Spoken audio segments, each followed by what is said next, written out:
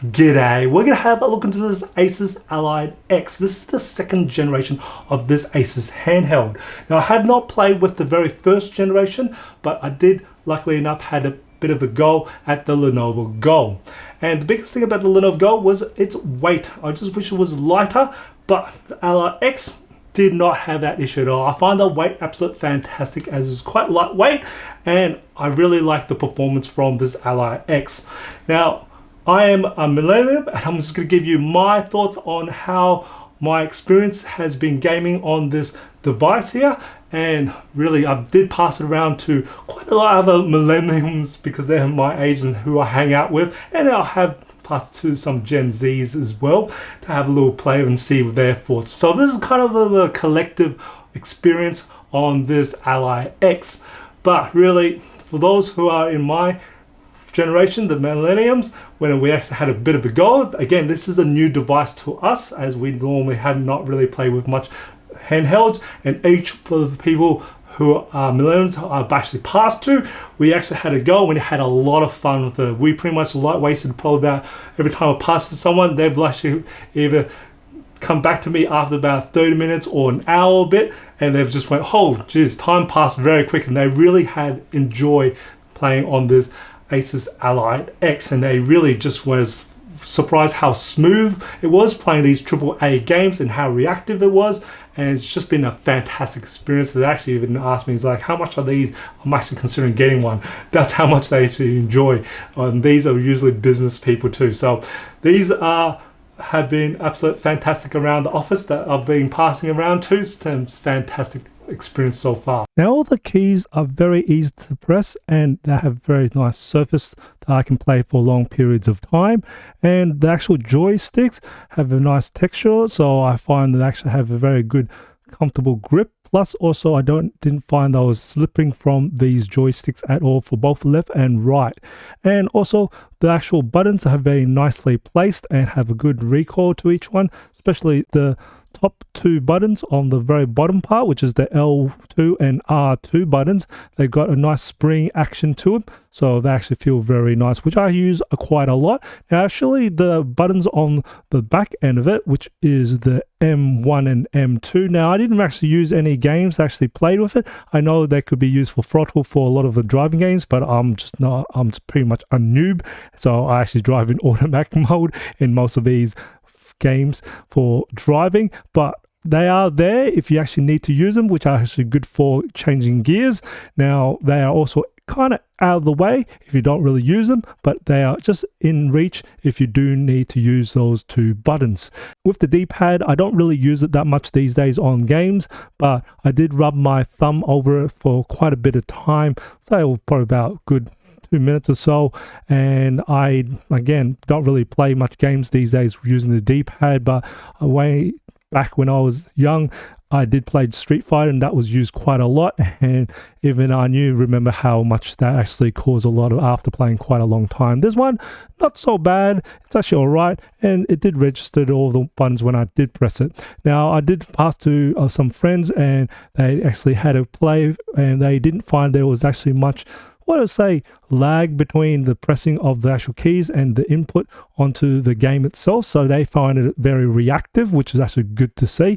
Their comment on the joystick, and also what I felt as well, is the joystick is very nicely controlled. They actually can make some very small movements, and it was still registering very nicely, so you can do much more for, in my terms, would be for the driving games. I found they're still very, very nice. They can make these little small adjustments, and it was very easy to work, as the nice just coming back to the center was not like forced upon. The speakers did have nice volume, and when I was actually outdoors in a very like food court or something like that, I was still able to listen to it, but I would say maybe a little bit louder would be nicer. And definitely love to see a kickstand on this, because then if I'm deciding not to play some games, it'd be nice to have a kickstand so I can just lay this on and maybe watch a movie or something, or just consume some multimedia, whereas that was just hard to do. I can just probably lay on maybe a sugar or salt and pepper shaker.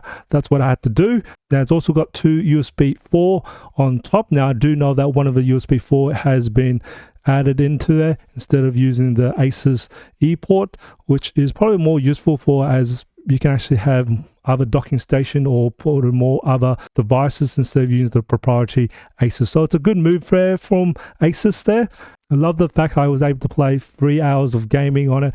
Most of the time I stayed in performance mode, as I found all the games I played was still very smooth at the resolution, and the settings I had was mostly medium or sometimes high. It was still very smooth there, so I didn't really see the need to actually boost it up to turbo to actually get the air flowing, and even then it wasn't hot anyway, so I thought it was probably better to keep it in performance modes where I can actually get the battery to last even longer. And I did get mostly more than 3 hours on playing the game on this handheld, so that's absolute fantastic, the battery life that I find on this ASUS Ally X. So at the moment I am in performance mode and I am playing a game at the moment. So this is Assassin's Creed, so it actually is really working, as you can see, and I am getting around about the hottest area, probably about 42 degrees Celsius at the most from the front side here. And if we just look on the back side, so this has been playing for a while now, so if I just move to the back side just to see the heat on the back end, and we're looking at, just have a look at how this is. We're looking at 42, again, 42, the hottest area from the back end. So it's pretty good, well controlled, but where you actually touch, which is these hand grip here, you actually don't feel any of the heat. So that's really nice to see the handheld part of it, and all the heat is near the center where you wouldn't be touching in the first place. And again, also at the bottom, and again, you'll see how my temperatures of my hand is. At the moment, you're looking about 35 to about 36 degrees Celsius. The display is a 7-inch Full HD IPS display. It is got multi-touch support and it is a glossy display. Now it has a maximum brightness rating of 500 nits with a refresh rate of 120 hertz. Most of the time when I was playing with the Ally Gold, I pretty much had this nearly at 100% brightness, as most of the time, most even indoors or outdoors, I was really having to really put it at that sort of thing just to be able to see most of the gameplay. As you move towards the middle, it starts to get a little bit darker, more for maybe for even in dark areas, that's what about it. But as you go further down past 40%, it's pretty much very dark at all, so I wouldn't really go to it. So most of the time I spent around about at the 75 to 80% or 100% range for the brightness for when I was playing games indoors and outdoors. It'd be nice to actually get even more brighter for outdoors, but still that's when you're blazing in the bright sunlight, which you probably wouldn't be playing this game. You'd probably be enjoying the outdoors instead. But it was very nice. Now, as for the specs of this, it does have the AMD Ryzen Z1 processor. It hasn't really changed from the previous one, and it still does a absolute fantastic job on it. But they have put in 12 gigs of DDR5, which is fantastic to see. It does have 1 terabyte SSD, which is the 2280 format, so you can upgrade it later on if you wanted to. These are the results of some of the benchmarks I performed on the Ally X. Here's the results for Passmark, CDBench R24, PC Mark, 3D Mark, Crossmark, Crystal Disk Mark, and some gaming benchmarks like Assassin's Creed Valhalla, Far Cry 6, Forza 5, F1 2023, and Wukong Black Myth. I really enjoy my time and experience with this ASUS Ally X, along with a lot of my colleagues and other people that I've actually passed this to. It has been a fantastic experience. We've lost a lot of time playing on this handheld. It just shows you the sublime experience that we can actually get ourselves immersed in this handheld. And just shows you to go that 3 hours sort of battery life has been absolutely fantastic, because by then hopefully it gives you a bit of a break. That's good for your health in between your gaming sessions by connecting to power or finding alternative power source to connect this ASUS Ally X. But else, it's been great.